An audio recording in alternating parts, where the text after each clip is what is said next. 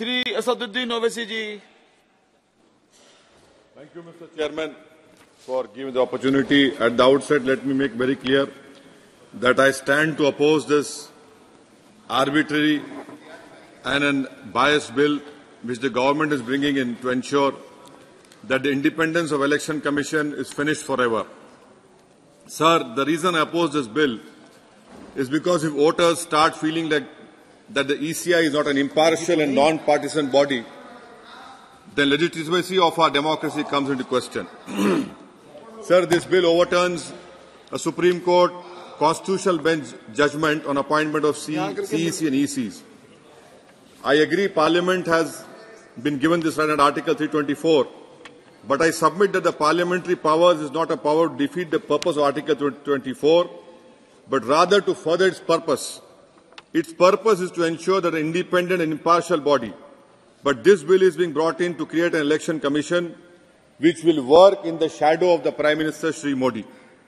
The search committee and the selection committee, a total of 6 people are involved in 2 stages.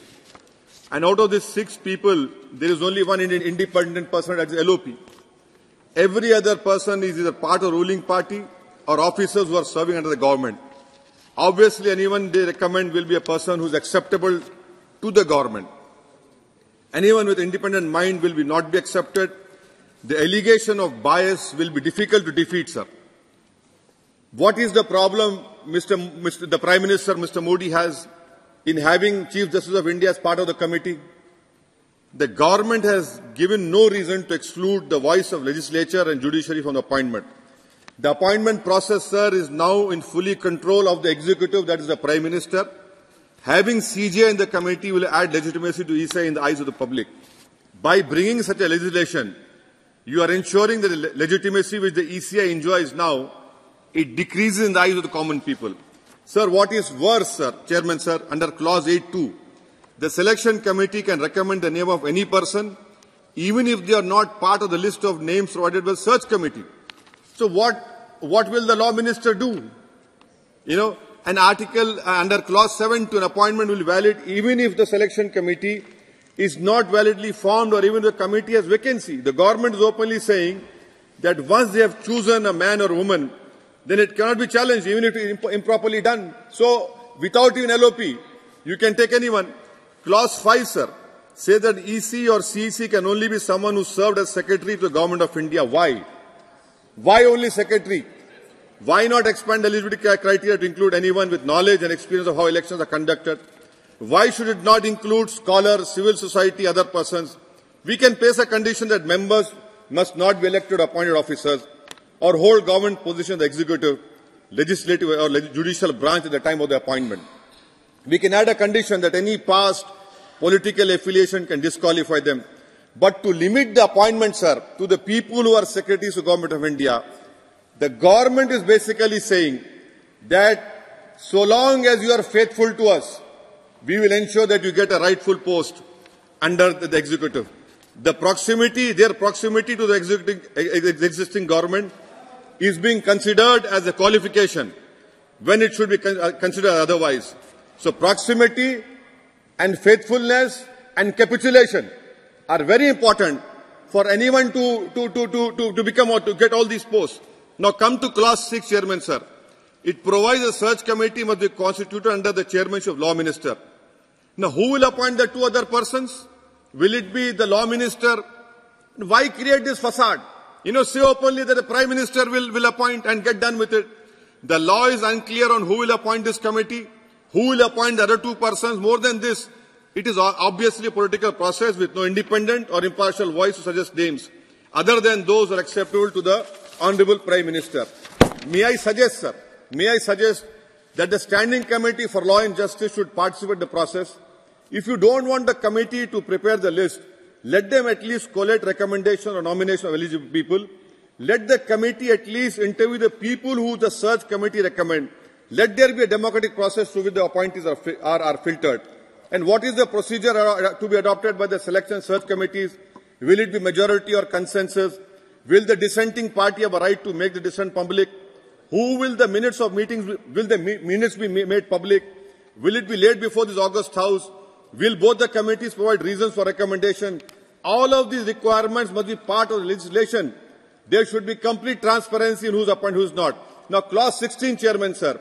Look at this clause 16. It provides a blanket immunity to EC and CEC from any proceedings for any act done in the course of the duty. I mean, for example, if they have done a patently illegal thing, shouldn't the higher judiciary have a chance to assess their merits and hold this person accountable? Why is it that you're doing this? I mean, and who are they? No one is holy cow in democracy. There should be right to, even if the Prime Minister does anything wrong, he's subject to correction by judiciary. Now, sir, a constitutional bench in Anup Baranwal, I'm just reading paragraph 9, sir. I know I have limited time. In paragraph 9, the Supreme Constitutional Bench, Supreme Court says, the executive alone being involved in the appointment ensures that the commission becomes and remains a partisan body and a branch of the executive. The independence of the commission is intimately interlinked with the process of appointment.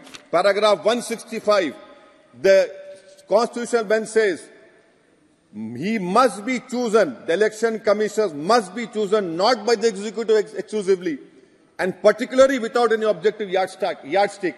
You are completely doing what the Supreme Court has said. Now, sir, read the paragraph A of the Constitutional Bench judgment.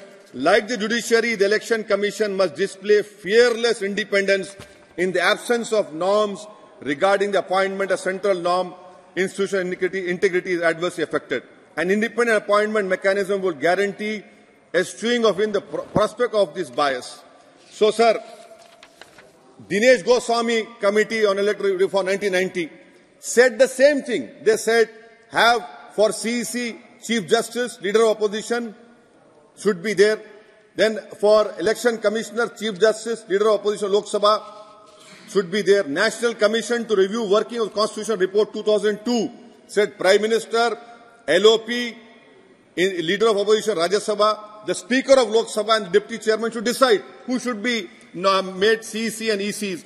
Law Commission Report 255, headed by Justice A.P. Shah, said that the appointment of all ECs and including CEC should be made by President with a 3-member collegium or selection committee consisting of Prime Minister, Leader of Opposition, Lok Sabha and the Chief Justice of India. What did Baba Saheb Ambedkar said, sir? I mean, you don't have any regard for Baba Saheb Ambedkar. The Prime Minister and all of you say, Baba Saheb Ambedkar, this, that. But what about you? What did Baba Saheb say? Baba Saheb Ambedkar said on June 15, 1949, sir. I'm reading only few lines of what great Ambedkar had said, who I feel was the tallest leader India has ever produced. He was more taller than Mahatma Gandhi also. Oh. What Baba Saheb Ambedkar said, in every early stage of the proceeding of Constitutional Assembly, a committee was appointed to deal with what are called fundamental rights. The committee made a report.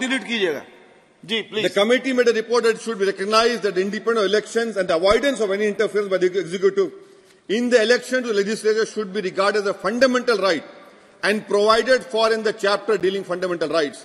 When the matter came up before the House, it was the wish of the House that while there was no objection to regard this matter as of fundamental importance, it should be provided for in some other part of the Constitution and not in the chapter dealing fundamental rights.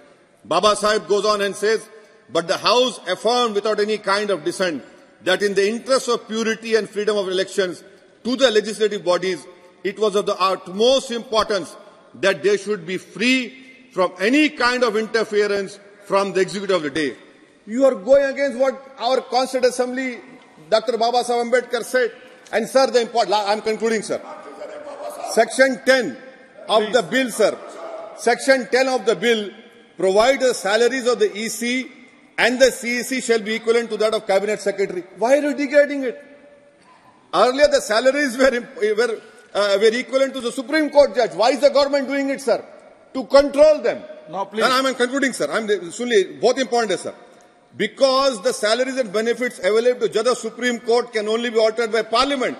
Whereas, if the benefits are accruing to Cabinet Secretary can be decided by the Executive upon the recommendation of Pay and Commission.